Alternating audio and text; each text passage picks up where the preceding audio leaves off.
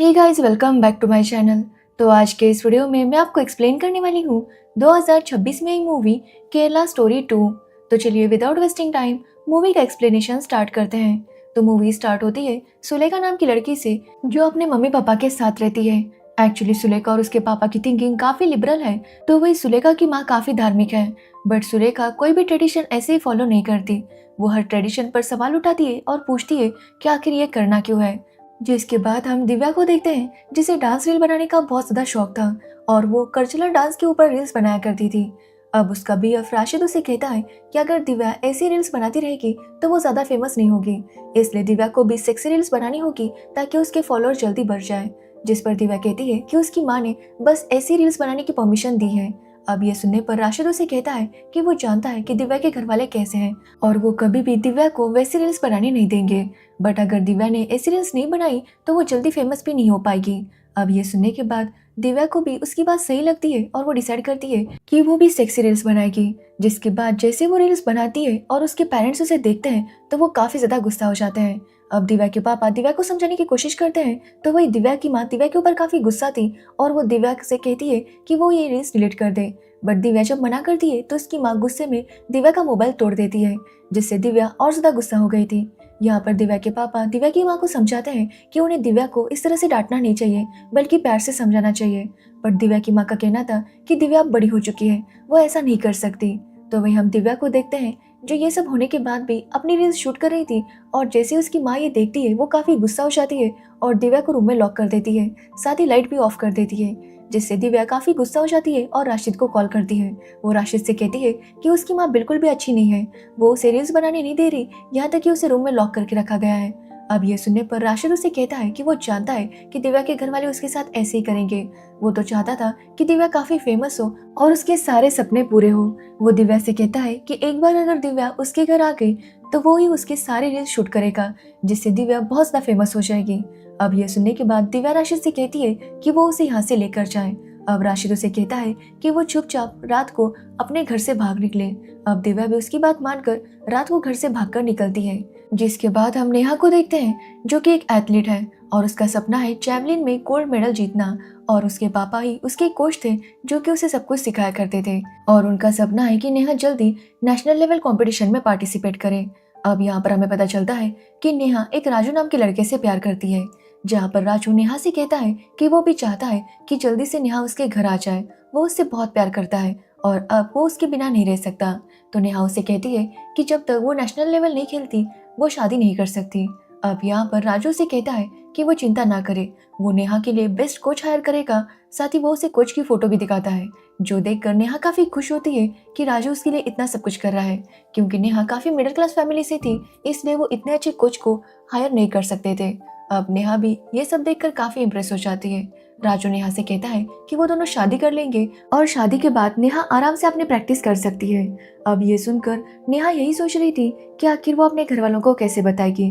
तो राजू कहता है कि पहले वो दोनों शादी कर लेंगे और फिर घर वालों को बताएंगे, क्योंकि उसके बाद उन्हें मानना ही पड़ता है। अब नेहा भी इसके लिए मान जाती है, जिसके बाद वो और राजू शादी करते हैं। अब शादी के बाद नेहा की माँ का उसका कॉल आता है जो कि उसे बताती है कि नेक्स्ट डे एक लड़के वाले उसे देखने के लिए आ रहे हैं। अब ये सुनकर नेहा काफी अपसेट हो जाती है। जिसके बाद अगले दिन जब लड़के वाले नेहा को देखने आते हैं तो नेहा सबको बता देती है कि वो पहले से शादीशुदा है, जो सुनकर उसके पापा और उसकी माँ दोनों ही काफी शॉक थे। उसके पापा नेहा को अपनाने से मना कर देते हैं, जिसके बाद नेहा को घर से जाना था। नेहा की माँ उसे कुछ पैसे देती है ताकि नेहा की मदद हो सके, जिसके बाद नेहा राजू के साथ चली जाती है। तो वही हम सुलेखा को देखते हैं जो सलीम नाम की जर्नलिस्ट से प्यार करती है। यहाँ पर सुलेखा सलीम से कहती है कि आखिर वो अपनी फर्स्ट वाइफ को डिवोर्स कब देगा। तो सलीम कहता है कि वो जल्दी डिवोर्स दे देगा, बट तब तक वो दोनों लिव इन में रह सकते हैं। अब ये सुनकर सुलेखा भी इसके लिए काफी एक्साइटेड थी। वो जाकर ये बात अपने पापा को बताती है तो उसके पापा कहते हैं कि उन्हें इस बात से काफी प्रॉब्लम है, वो नहीं चाहते कि सुलेखा सलीम के साथ रिलेशनशिप में रहे। अब ये सुनकर सुलेखा काफी गुस्सा हो जाती है, क्योंकि हमेशा उसके पापा ने बस यही सिखाया था कि किसी भी रिलेशन में डिफरेंशिएट नहीं करना चाहिए, और अब जब सलीम दूसरे कास्ट का है तो वो उसके साथ लिव इन में रहने से उसे मना कर रहे थे। दिव्या कहती है कि उसे अपने सलीम पर पूरा भरोसा है, वो उससे बहुत प्यार करता है और उसने सलीम को पहले कह दिया है कि वो कभी कन्वर्ट नहीं होगी और सलीम के लिए भी ये सारी चीजें मैटर नहीं करती। अब ये सुनकर उसके पापा कहते हैं कि वो दोनों शादी कब करेंगे। तो सुलेखा का कहना था कि उन्होंने अभी डिसाइड नहीं किया, अगर उन्हें शादी नहीं करनी होगी तो वो शादी नहीं करेंगे और हमेशा के लिए लिविंग में ही रहेंगे। जो सुनकर उसके पापा कहते हैं कि जब उनके बच्चे होंगे तो वो किस रिलीजन को फॉलो करेंगे, जिसका सुलेखा के पास कोई जवाब नहीं था। वो कहती है कि वो सलीम से प्यार करती है और उसके साथ रहना चाहती है। अब ये सुनने के बाद उसके पापा के पास भी कोई ऑप्शन नहीं था, इसलिए वो सुलेखा को परमिशन दे देते हैं, जिसके बाद सुलेखा सलीम के साथ रहने आ जाती है। जिसके बाद हम राशिद को देखते हैं जो दिव्या को शादी करने के लिए लेकर आता है। अब दिव्या उससे पूछती है कि आखिर इतनी जल्दी शादी की क्या जरूरत है। तो राशिद का कहना था कि अगर दिव्या के पेरेंट्स पुलिस लेकर आ गए तो राशिद उसे किस हक से रोकेगा, और इसी के लिए वो दोनों शादी कर रहे हैं। अब ये सुनने के बाद दिव्या भी शादी कर लेती है, जिसके बाद राशिद उसे अपने घर लेकर आता है। और घर पर आते ही राशिद के पापा दिव्या से कहते हैं कि अगर उसे यहाँ पर इज्जत चाहिए तो उनके रिलीजन को अच्छे से फॉलो करना होगा। साथ ही राशिद की माँ कहती है कि दिव्या जिस टाइप का डांस करती है वो यहाँ पर अलाउड नहीं है। अब ये सुनकर दिव्या काफी हैरान हो जाती है, बट राशिद उसे समझाता है और अपने रूम में लेकर जाता है। तो वही हम दिव्या के पेरेंट्स को देखते हैं जो दिव्या को हर जगह ढूंढ रहे थे और उसे कॉल कर रहे थे, और दिव्या समझ नहीं पा रही थी कि वो क्या करे। अब दिव्या के पापा का जब उसे कॉल आ रहा था तो दिव्या उसे उठाने वाली थी कि तभी वहां पर राशिद आता है और दिव्या से कहता है कि वो उनका कॉल रिसीव ना करे, जिसके बाद वो उसका सिम कार्ड भी निकाल देता है ताकि दिव्या के मम्मी पापा दिव्या से बात ना कर सके। अब दिव्या राशिद से पूछती है कि आखिर उसकी माँ उसे ऐसा क्यों कह रही थी। तो राशिद कहता है कि दिव्या को उनके रिलीजन में कन्वर्ट होना होगा, उसके बाद वो जैसे चाहे वैसे वीडियो बना सकती है। अब ये सुनने के बाद दिव्या इसके लिए मान जाती है, जिसके बाद वो राशिद के रिलीजन में कन्वर्ट हो जाती है।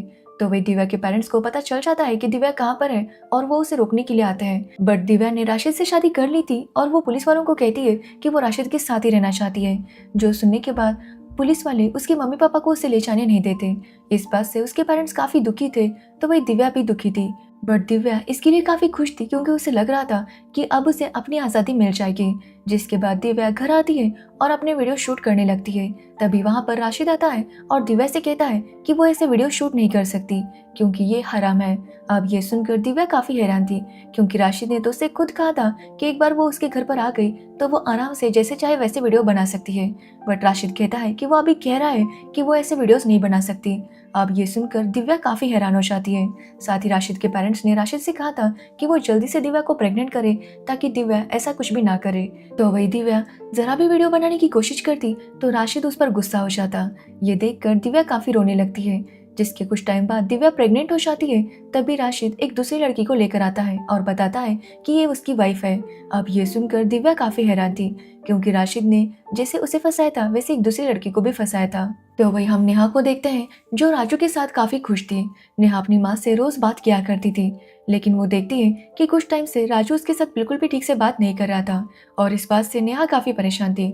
वो राजू से पूछती है कि आखिर प्रॉब्लम क्या है। अब राजू पहले तो नहीं बताता, बट नेहा के बार बार पूछने पर वो बता देता है कि उसका असली नाम राजू नहीं फैजान है। जो सुनकर नेहा काफी हैरान थी। फैजान नेहा से कहता है कि वो उससे बहुत प्यार करता है और उसी को पाने के लिए उसने अपना नाम राजू बताया। अब ये सुनकर नेहा काफी गुस्सा हो जाती है क्योंकि उसके साथ इतना बड़ा धोखा हुआ था।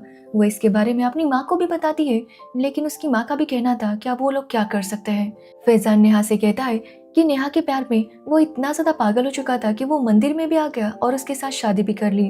अब ये सब सुनने के बाद नेहा भी सोच में पड़ जाती है, जिसके बाद वो देखती है कि फैजान नमाज पढ़ रहा था और नेहा डिसाइड करती है कि वो भी फैजान से इतना प्यार करती है तो वो भी उसके लिए उसके रिलीजन में कन्वर्ट हो जाएगी। अब यहाँ पर मुझे एक बात काफी अजीब लगी, मतलब इन तीनों लड़कियों के बॉयफ्रेंड थे, बट इन लड़कियों ने कभी भी अपने बॉयफ्रेंड की फैमिली से मिलने की, या फिर वो क्या काम करता है, या फिर उसका इनकम कितना है, उसके फ्रेंड्स कौन है, वो कहाँ जाता है, क्या करता है, उन्हें कुछ भी नहीं पता था। खैर अब बात करें नेहा की, तो नेहा डिसाइड करती है कि वो कन्वर्ट होगी और वो कन्वर्ट हो जाती है। जिसके बाद फैजान कुछ लोगों से मिलता है जो कि उसे शाबाशी देते हैं और 4 लाख रुपए देते हैं, बट वो कहते हैं कि 2 लाख रुपए अभी फैजान को नहीं मिल सकते क्योंकि नेहा ने भले कन्वर्ट किया है बट वो अभी तक पाक नहीं हुई। उसे पाक होने के लिए उनके जो ग्रुप के हेड हैं उनके साथ रात बितानी होगी, तभी वो पाक हो जाएगी और फैजान के साथ अपनी लाइफ कंटिन्यू कर पाएगी। जिसके बाद नेहा उनके रिलीजन के मुताबिक फैजान से शादी करती है और शादी के बाद जब वो फैजान का इंतजार कर रही थी तभी वहां पर उनके वो ग्रुप का हेड मौलाना आता है जो कि नेहा के साथ जबरदस्ती करता है। जिसके बाद हम सलीम को देखते हैं जो एक जर्नलिस्ट तो है बट उसकी थिंकिंग बिल्कुल भी अच्छी नहीं थी। उसका कहना था कि उन्हें काफी लड़कियों को अपने धर्म में कन्वर्ट करना है, जिसके बाद इस तरह से सभी लोग उनके रिलीजन के हो जाएंगे और उनकी मेजोरिटी बन जाएगी। तो वही सुलेखा सलीम के साथ काफी खुश थी, बट धीरे धीरे करके सलीम का बिहेवियर काफी ज्यादा बदल रहा था। यहाँ तक कि वो अपनी फर्स्ट वाइफ को भी वहां पर लेकर आता है, जो देखकर सुलेखा काफी गुस्सा हो जाती है और सलीम से कहती है कि ये यहाँ पर नहीं रह सकती। अब सलीम सुलेखा को बताता है कि वो भी अपनी फर्स्ट वाइफ को डिवोर्स देना चाहता है, बट डिवोर्स के बाद उसे मेहर की रकम देनी होगी, जो कि उसके पास नहीं है, क्योंकि उसने उसके और सुलेखा के लिए फ्लैट लिया है और उसमें सारे पैसे खर्च हो गए हैं। अब ये सुनकर सुलेखा कहती है कि वो फ्लैट बेच दे, बट वो इस औरत को इस घर में नहीं रखेगी। अब सलीम के समझाने पर आखिरकार सुलेखा को मानना ही पड़ता है। बट धीरे धीरे करके सुलेखा ऑब्जर्व करती है कि सलीम वैसा नहीं है जैसा वो दिखता है, और इसी वजह से वो सलीम के साथ लड़ने लगती है। तो सलीम उसे जबरदस्ती रूम में लॉक करके रखता है, जिसके बाद वो जबरदस्ती सुलेखा से कहता है कि वो कन्वर्ट हो जाए। जब सुलेखा इसके लिए मना करती है तो सलीम उसे काफी टॉर्चर करने लगता है। साथ ही वो सुलेखा को जबरदस्ती नॉनवेज भी खिलाता है ताकि सुलेखा कन्वर्ट होने के लिए मान जाए। बट सुलेखा हार नहीं मानती, वो किसी भी हाल में उसकी बात एक्सेप्ट करने के लिए तैयार नहीं थी। तो वही हम नेहा को देखते हैं, जिसकी लाइफ बर्बाद हो चुकी थी। वो फैजान से पूछती है कि क्या वो उससे सच्चा प्यार तो करता है या नहीं, जिस पर फैजान उसे कोई जवाब नहीं देता। ये देखकर नेहा समझ जाती है कि फैजान ने बस उसे फंसाया है। जिसके बाद फैजान की माँ नेहा के पास आती है और नेहा से कहती है कि अब नेहा की वजह से उनका अच्छा इनकम होगा, जो सुनकर नेहा और ज्यादा हैरान थी। वो कहती है कि वो चिंता ना करे, वो नेहा के पास यंग लड़कों को ही भेजेगी। ये सुनकर नेहा पूरी तरह से टूट जाती है। जिसके बाद नेहा के साथ काफी लोग आकर एक के बाद एक जबरदस्ती करने लगते हैं, यहाँ तक कि फैजान और फैजान का भाई भी। इस सब से नेहा काफी तंग आ गई थी। तो वही हम दिव्या को देखते हैं, जो कि प्रेग्नेंट थी और उसे याद आ रहा था कि वो अपनी फैमिली के साथ कितनी खुश थी, बट अब वो इस सब में फंस गई थी। तो वही दिव्या की स्नेहा के साथ काफी अच्छी दोस्ती हो गई थी। दिव्या स्नेहा से कहती है कि वो राशिद की हर बात माने, नहीं तो दिव्या की तरह उसे भी टॉर्चर किया जाएगा। अब ये सुनने के बाद स्नेहा भी उसकी बात समझ जाती है। अब स्नेहा के पास मोबाइल था तो दिव्या अपने पेरेंट्स को कॉल करती है। वो दिव्या से कहते हैं कि दिव्या बस किसी तरह से वहां से भाग जाए, आगे का वो लोग देख लेंगे। वो दिव्या से कहते हैं कि वो जल्दी से उनके पास आ जाए, बट दिव्या जाएगी भी तो कैसे, क्योंकि उसके ऊपर एक बच्चे की जिम्मेदारी थी। एक्चुअली दिव्या को बेटा हुआ था। अब दिव्या फिर भी डिसाइड करती है कि वो यहाँ से भाग जाएगी, बट इसके बारे में राशिद को पता चल जाता है और वो दिव्या को बहुत ज्यादा मारता है, जिसकी वजह से दिव्या नीचे गिर जाती है और उसके सर पर चोट लगने की वजह से उसकी मौत हो जाती है। जिसके बाद राशिद स्नेहा से कहता है कि वो दिव्या के टुकड़े करे ताकि वो बाहर ले जाकर उसे दफना सके। जिसके बाद वो वैसा ही करता है और बाहर जाकर उसे दफनाता है। तो वही हम दिव्या के पेरेंट्स को देखते हैं, जो अपनी कम्युनिटी के पास आते हैं और उन्हें रिक्वेस्ट करते हैं कि वो उनकी मदद करे। बट कुछ लोगों का कहना था कि दिव्या ऐसी डांस की रील्स बनाया करती थी, तो ये देखकर कोई भी लड़का उसे फंसाना चाहेगा। अब ये बात सुनकर उन कम्युनिटी में जो लड़कियां थी वो अपने पेरेंट्स से कहती है कि वो आखिर ऐसा कैसे कर सकते हैं, मतलब अगर कोई लड़की डांस रील्स बनाती है तो क्या उसके साथ ऐसा होना चाहिए। अगर किसी लड़की के साथ जबरदस्ती होती है तो लोग उसके कपड़ों पर ब्लेम करते हैं, ना कि उस बंदे को जिसने उसके साथ गलत किया, और इसी की वजह से समाज में ये सारी चीजें बढ़ रही है। अब ये सुनने के बाद वो लोग भी समझ जाते हैं और दिव्या के लिए आवाज उठाने लगते हैं। तो वही सुलेखा के साथ जो टॉर्चर हो रहा था उसे वो सह नहीं पा रही थी। वो समझ जाती है कि शायद वो गलत थी, उसे अपने पापा की बात मान लेनी चाहिए थी और इस तरह से सलीम के ऊपर भरोसा नहीं करना चाहिए था। इसलिए वो एक चिट्ठी में सब कुछ लिखती है और खुद को खत्म कर देती है। तो वही हम नेहा को देखते हैं, जिसके साथ रिजवान का भाई गलत काम करने के लिए आया था। तभी वो मौका देखकर वहां से भाग निकलती है और सीधे पुलिस स्टेशन जाती है, जहां पर वो पुलिस वालों को सब कुछ बताती है। और इस तरह से पुलिस वाले जब वहां पर आते हैं तो वो सब लोगों को पकड़ लेते हैं।